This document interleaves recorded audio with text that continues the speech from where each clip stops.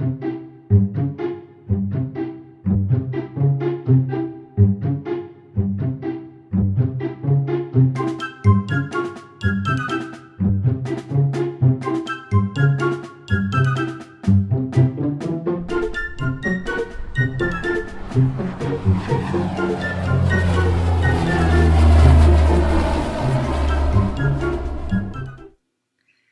morning. Can you guess where I am today? That's right. I'm in Egypt, and you probably know because of the pyramid right back there.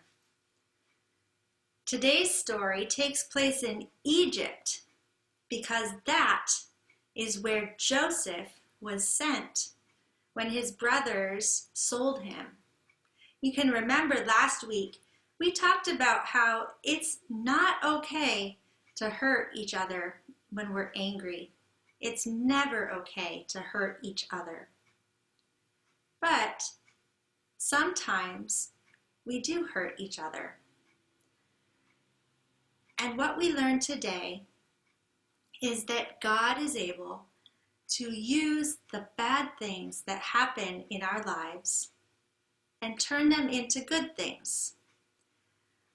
So in today's story, it is years and years after Joseph was sold as a slave. Joseph, amazingly, had found himself as a slave, but then he was able to rise in power and become the second most powerful person in all of Egypt. The only person more powerful than him was the Pharaoh, the king of all of Egypt.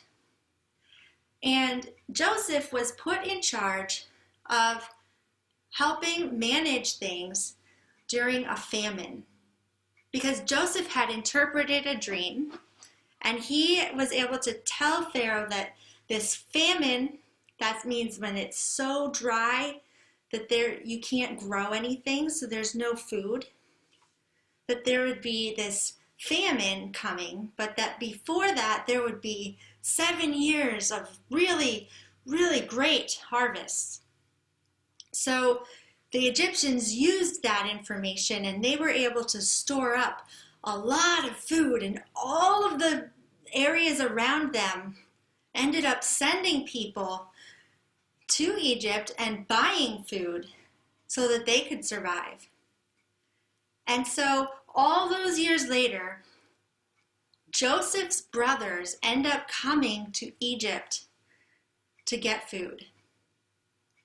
And Joseph recognizes them, but they don't recognize Joseph. After all, they sold him as a slave. Why would he be one of the most powerful people in Egypt?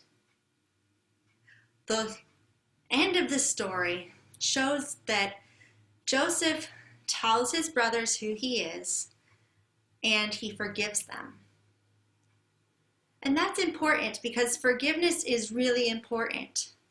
But it's also helpful for us to know that it was a hard step for Joseph to do. He didn't trust his brothers. He demanded proof that they had changed their ways. And so there was a lot of trickery and mistrust going on in this story. In the end, Joseph helped his brothers understand that God had used that horrible thing they did for good, and that in itself was a good thing. And he forgave them for the horrible thing that happened. Sometimes we will have hard things happen in our lives, and it is okay to have trouble forgiving people. One of the things we can trust is that God will help us do that in time. We can also trust that God will help us find something good to do with even the most horrible things that can happen to us. Will you pray with me? Dear God, thank you for helping us turn bad things into good things. Help us to ask for forgiveness and help us to forgive. Amen.